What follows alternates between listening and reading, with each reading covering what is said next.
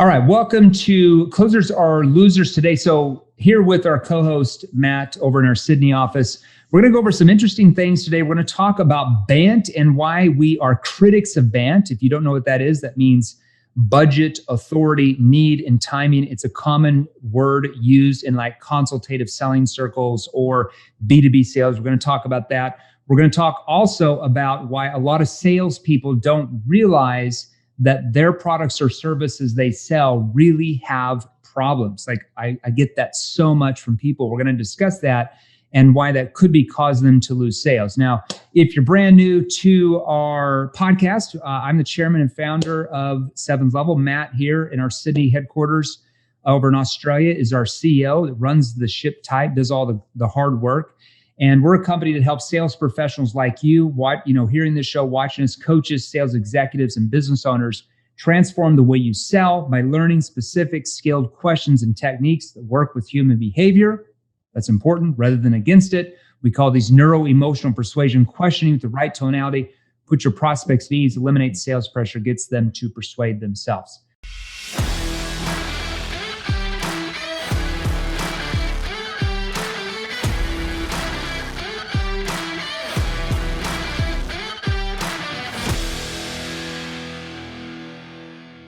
Matt, how is the Australian office doing that I've never seen because of COVID?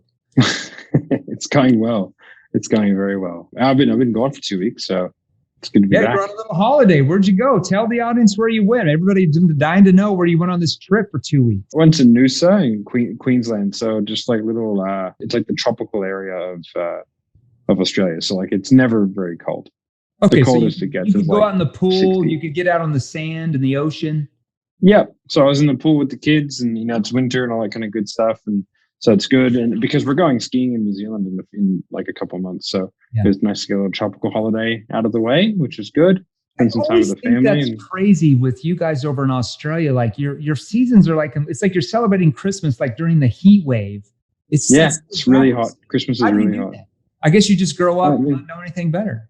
Well, I grew up in the States, so it's weird for me, but it's very different. You go down to the beach on Christmas Day and all that kind of stuff. It's just a very different vibe. It's good though. I like it.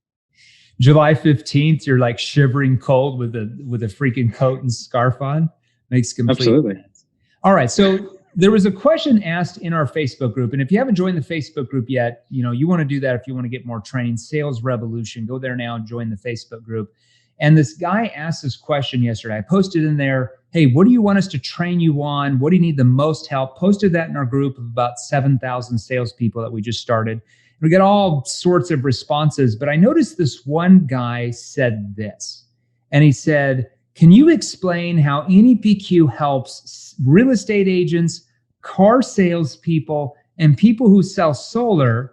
And he said, basically items where the problems are already known by the prospect, and you can't point out any pain or come up with more pain. And I started thinking about that. I'm like, interesting. So we train a lot of companies, sell solar, train a ton of companies that are real estate agents. Ryan Suron, his group, helped them sell their social media programs, train tons of people that sell cars, all those industries. And I'm like, I've never heard somebody say that their prospects already know what their problems are and they can't point out pain or come up with more pain. And that's so strange. I know my first question would be is, how do you know that these prospects already know what their problems are? Like, how would you even know that? And let's say that they do know that they have a problem. Let's just say that, okay? How do you know that they know what the real problems actually are? Maybe they think they have a problem, but maybe that's not really the problem at all. Maybe there's a lot more problems. Maybe they don't understand the root cause of the problems, and maybe they don't understand how the problems are affecting them. And I want to go over something with you, and I'm going to ask you some questions on this. You have to understand that most of your prospects, and I don't care if you sell door-to-door, B2B, B2C, in person, on Zoom, on the phone, cold calling, none of that matters. Most of your prospects, even if they book on your calendar, even if they have you come in the office, do not understand what their real problems are. Or maybe they think they have a problem, but they don't know how bad the problem really is. Or they don't know the consequences of what will happen if they don't solve the problem. Or maybe through your questioning skills that we train you on in our sales training courses, maybe you're able to help them find not just one problem, but maybe 2 or 3 or 4 or 5 other problems they didn't even know they had, which creates a lot more value in you as the expert and as authority. What are your urgency to act thoughts on that? Yeah. Yeah, it's interesting. I would say for that, like, I think the line of thinking that person's going down is like, they understand the outcome that they want. Like, I have a car, I want a new car. I want a house, I need a new house. I don't have solar, I want solar. Right. So I think he's conflating 2 different things, because like, but everyone knows, they come in knowing what outcome they want, like whether they want coaching, they want to make more money, sales, get better at sales, have a higher close rate, leads, get more leads, right? Like the problems associated, like when you look at a car, for example, like somebody just comes in, if you ask them a series of questions, like they might have realizations that like actually they need a bigger car, because like they're making a transition between this like no family to having a family. They might be having twins. They might then realize during that conversation that like, well, we're probably going to have another one, so let's future proof the car. Let's get the big daddy, the 7-seater. Exactly. Then it's like, well, you know, like you haven't had kids before. Is being able to clean up like an important thing for you? Yes. Okay, let's go with the leather option because it's going to be easier to clean everything up. It's going to have better longevity. You know what I mean? Like, so there are so many things that you can take someone through because like you identify problems they didn't know they had. So I think like he's kind of conflating the outcome that they want with like the problems, because the problems are the things that are going to like, they're going to eat away at them. Yeah. And then by you solving them, that's how you get the sale. Well, for example, like car sales and real estate, they know they want a new home. They know they want a new car, but your questioning ability finds out why they want those things. Like what's the reasons behind that? Like what's driving that? Because let's say that, you know, there was a company, one of our first B2B clients, this was well before you came on to run the company. This is right when I started. I did a bunch of trainings for an exotic car dealership here in Missouri. And I remember, this is before our virtual training course, this is just in-person training a long time ago, 3 years ago. And I remember the sales manager said, Jeremy, it's so hard to sell Ferrari. It's so hard to sell these Lambos and Bentleys and Aston Martins and Rolls Royces because these prospects don't have any problems. They're just rich people. They come in and if they want the expensive car, they just buy it. And I'm like, interesting. I want you to think about this for a second.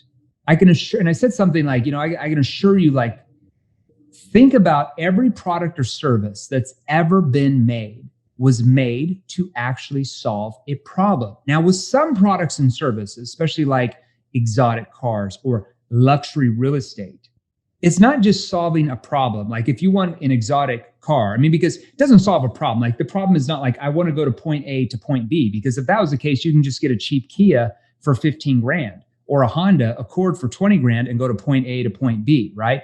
But some products and services like luxury real estate and exotic cars, significance, an emotional needs problem. It solves an emotion that they have, a needs problem in that sense, okay? Because makes it easier to sell. Yeah, to me, that makes it far more easier to sell because it solves an emotional need. Because if somebody's looking at an exotic car that costs $300,000, like a Bentley, okay?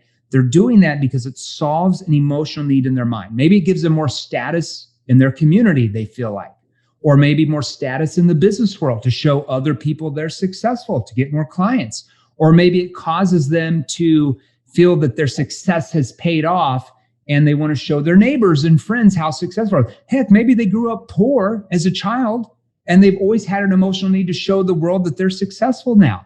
Because if that wasn't the case, even with like a luxury home, because you could go buy a home for 100 grand that has like a roof and 2 walls that gives you shelter where it doesn't rain on you. Why do you want the luxury home? It's for those same reasons. It's solving an emotional need.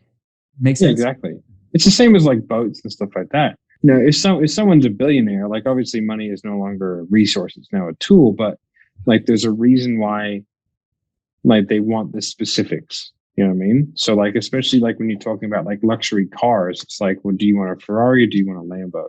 Do you want this one or do you want this one? Do you want the SV one or do you want the V10 and the V12? Do you want the high, you know what I mean? So it's like, there are a lot of needs and like a lot of it for those things is going to be like significant space. So, you know, you can start talking about the circles they run in. I guarantee if you're super wealthy, you have super wealthy friends and those guys have cool stuff and you want to have the coolest stuff.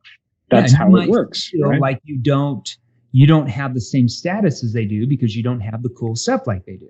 Yeah. Also, there's an inbuilt scarcity to all those things because there just aren't that many. There aren't that many Lambos. There aren't that many Ferraris. Like Rolexes, there aren't that many Rolexes. They do all that stuff intentionally to create scarcity in the marketplace. You know, actually, random thing, Lambo and Ferrari used to be head to head in like all the way up to like the 80s, and like in the early 90s, Lambo doubled their prices. Really? Okay. And yeah. And so Ferraris and Lamborghinis used to be the same price. Now Lamborghinis are far more expensive. And they just doubled their prices out of nowhere. And then all the stockbrokers started buying Lamborghinis, and they'd go to their friends who bought Ferraris and go, had a bad quarter. You okay? You get there. It's okay. And they changed nothing about the car, but they doubled their price. Yeah. So like this goes to show you it's status. And it's like, you know, so you're solving a problem of significance. Yeah, you're solving this emotional need that they have, like this gap, right, from where they are now compared to how they want to feel. Here's how they feel now. Here's what they want to feel. They want to have this feeling, right? And you can even ask, like, what type of vehicle do they have now? They have a Rolls Royce. Why would they be looking for a Lambo? There's something missing from the car they have that causes them to look at this other car with envy. So you play off that, right? It's just like, you know, I told the story to this group. I said, look, you know, 6 years ago, this was back in my early 30s. I said, I went out and bought a really expensive Maserati. And this is like 170 grand or something like that here in the United States. You know, in Australia, it might be $1 million car for all I know. But it was a really expensive car, 170 grand. So I went out and bought this car. And I said, look, the reason why I bought this car was not because I wanted to drive really, really fast. Is because when I was a kid, my stepdad lost his job, became disabled, and we went from being middle class to extremely poor and on welfare in a matter of like 3 months. My mom had to go back to school, and I would go to practice with these cheap cleats because my parents couldn't afford the Nike cleats, and it caused me to feel embarrassed in front of my friends. So I felt like I lost status. I didn't realize that as an 11-year-old, but that's what it conditioned to me later on in my life, that once I became extremely successful in my 20s or so, and I had this great sales career, that I had to show my family, I had to show my former classmates and all my neighbors how successful I was. And that was a status thing for me to buy. Now, the salesperson never got that out of me because he never asked me any questions about it. He never asked me why I was even looking for that type of car. That's why I went around. I bought an expensive car. Same thing. The guy never asked me a single question. Just sold features. And I was like, this guy sucks.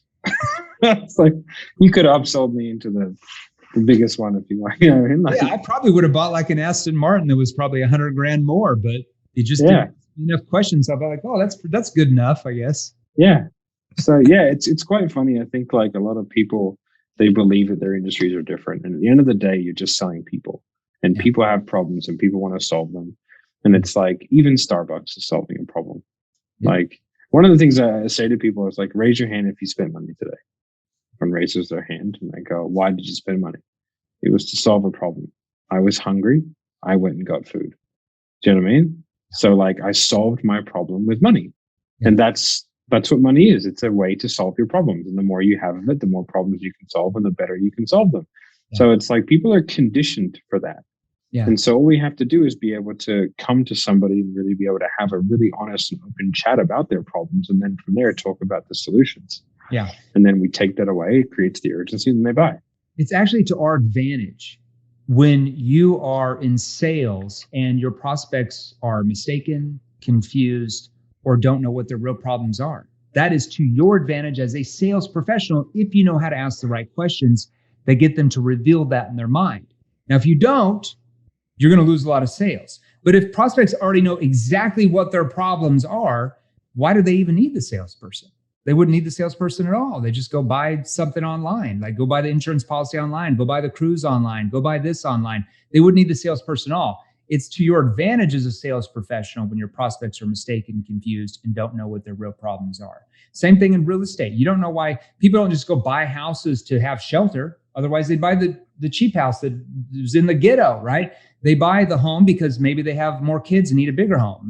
Maybe they want to be in a safer neighborhood because there was a break-in next door, even in a luxury neighborhood, and they want to get out of that because their spouse is scared now. Or maybe they want a newer home to have more status in the community. Or maybe they're retired now and they want to downsize because they don't have as much cash flow coming in. There's so many problems, but your questions help you find that and help your prospects see that. And even when people sell me real estate in our family, I'm like, they never ask me any questions. They just show me what they like about the house. Yeah. I think that's where two truth questions is a real game changer for me. It's like, do you like the house that you have now? Yeah, I do. Awesome. Like, what do you like about it? Hey, it sounds like things are going fairly well. Is there anything you would change about like your house if you could?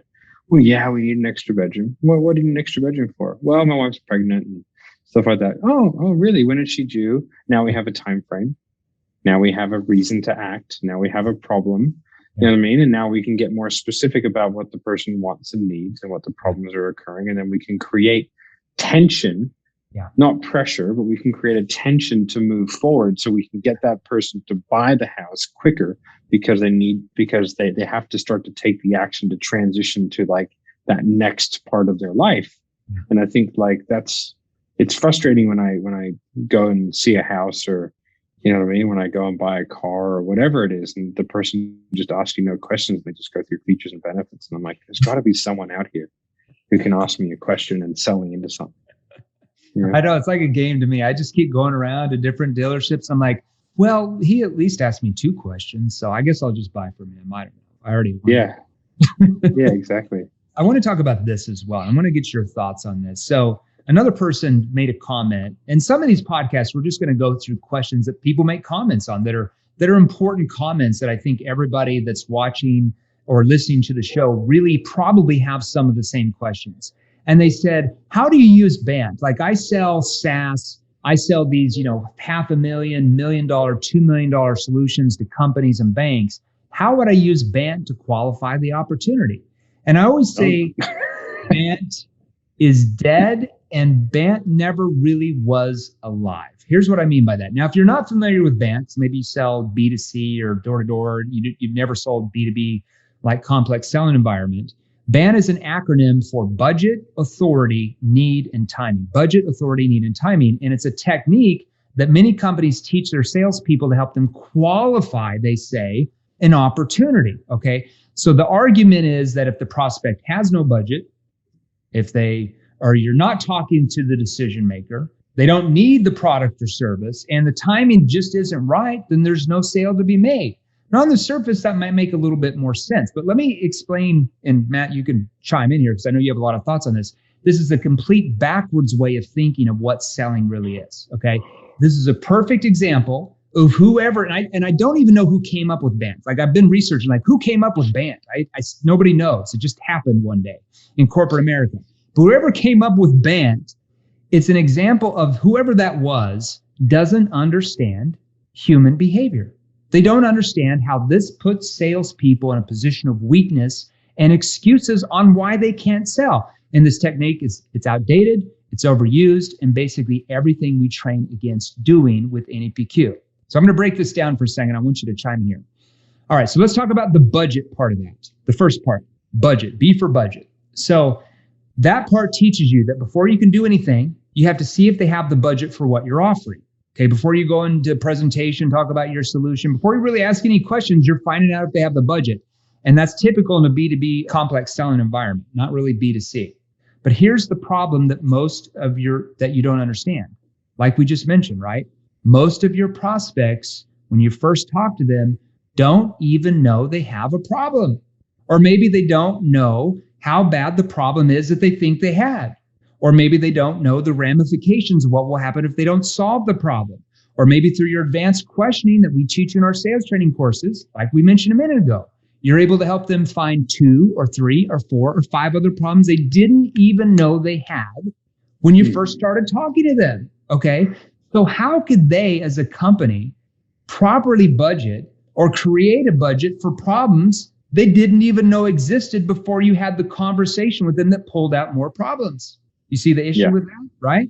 Now, I can assure you, Matt, that when you're able to help your prospects see in their mind that they have problems they didn't even know they had and how bad those problems are, they're going to move heaven and hell to go expand that budget or go get that budget. They're going to go to other departments. Instead of saying, well, we're going to wait till next year's budget comes out, they're going to go pull money from another department to fund that, right? Because they want to move away from the pain that you've just helped them discover that they didn't even know they had 20 minutes before you got on that first call with them, okay? And I'll give you an example of this. This makes it really easy. Let's say you have a terrible headache. You just have this migraine, And you're like, you tell your spouse like, hey, we've got $100 to get some medication I got to get rid of my headaches. I can't work. Well, your wife says, hey, why don't you go to the doctor and get it checked out more? So you agree to go to the doctor. You've got, like, I don't think my insurance is going to cover this, but I got $100 to buy some medication. And the doctor starts asking you some questions and you start answering. And he goes deeper and he clarifies and he probes. And basically he finds out that, hey, can I make a suggestion? Maybe we should give you like a head scan or whatever it's called. And so you agree to have a head scan because your insurance covers it. And 20 minutes later, you find out that you have a cancerous tumor that was causing the migraine. And now you've got 1 month to live. Plot twist.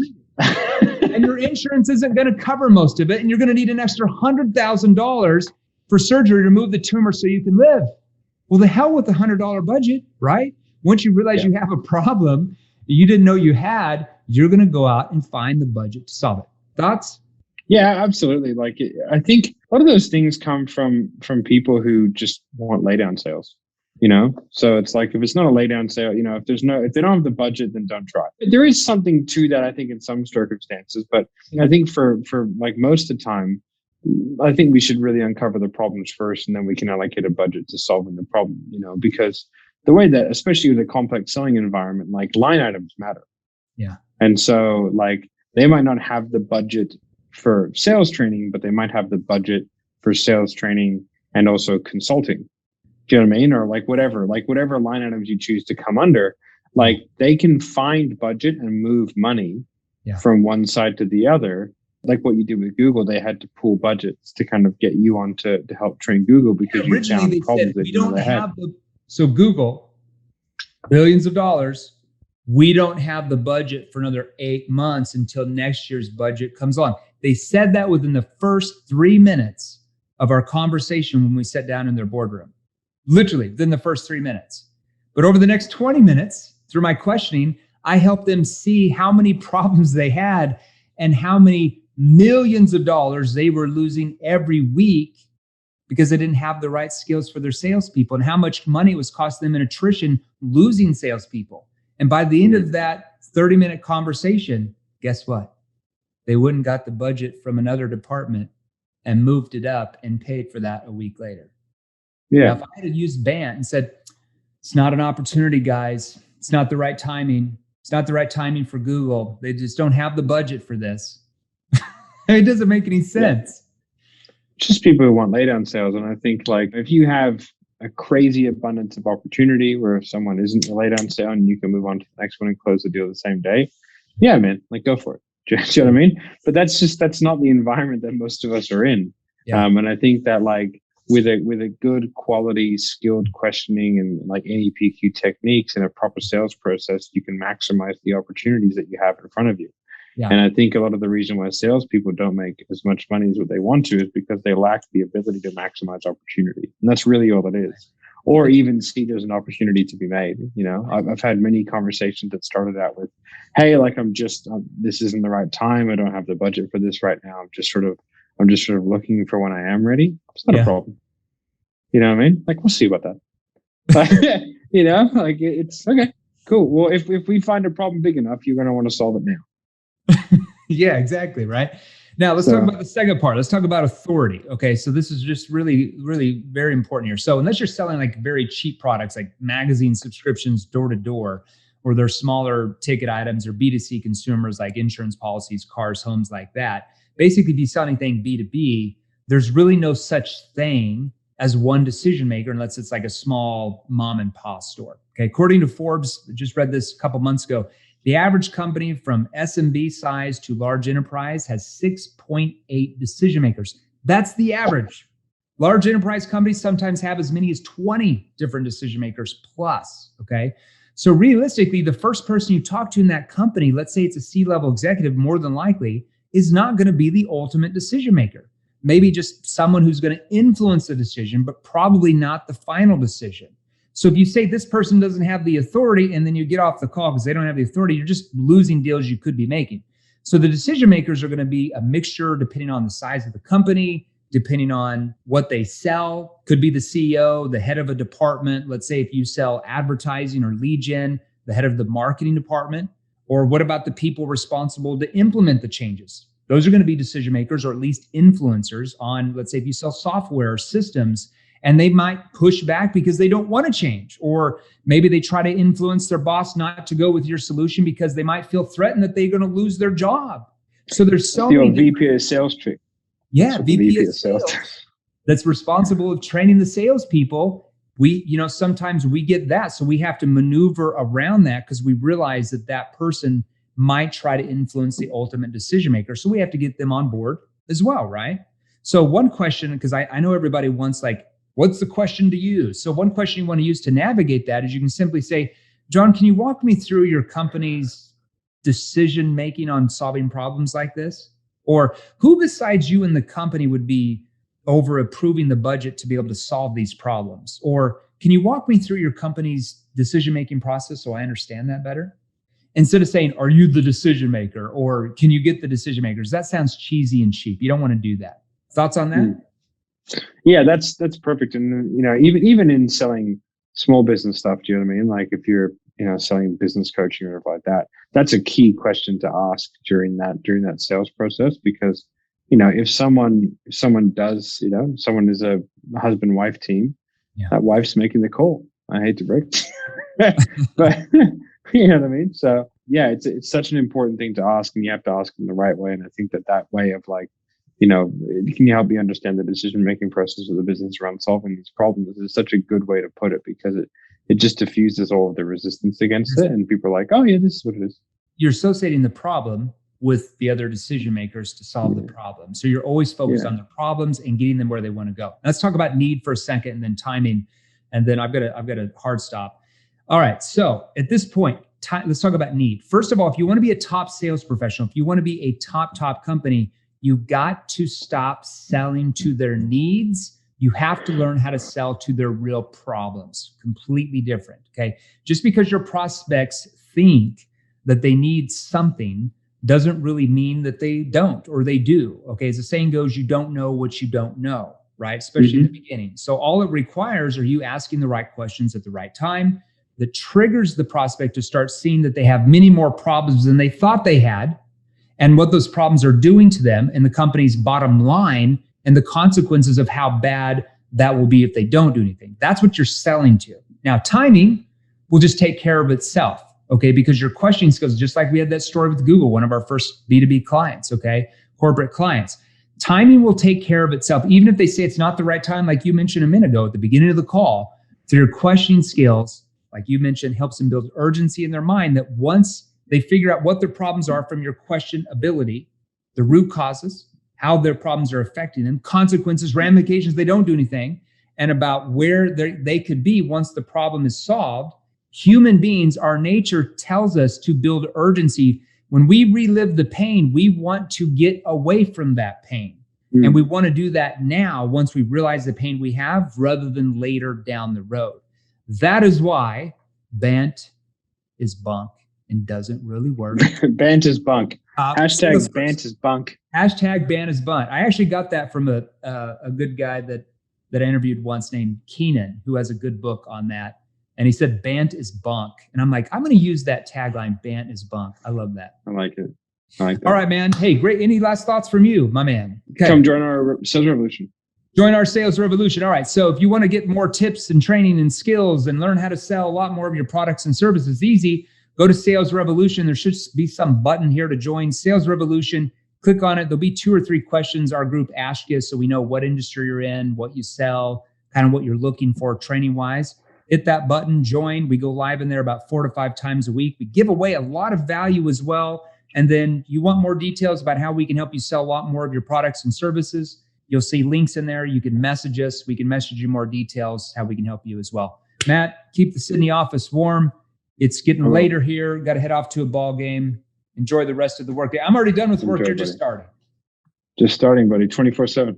That's where we are. Yeah. All right, buddy. I'll catch you later. Bye. Now, if you're serious about joining the top 1%, I mean the top 1%, and you want to experience more training content just like this, click the links right over there. Right over there, they're exactly what you need to see next. You see, I release new episodes featuring top salespeople and sales authorities, multiple 6-figure, high 6-figure, even 7-figure earners. And if you're new here, do yourself a favor and smash that subscribe button right below, and join our new Facebook group, Sales Revolution.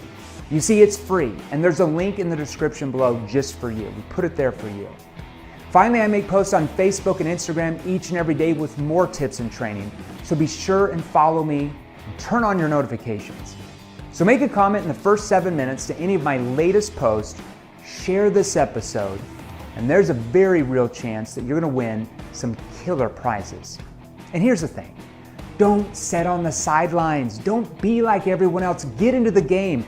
Join the sales revolution. Stay active, get involved, learn the right skills, and we will show you how to take your life and income to a level that most only dream about.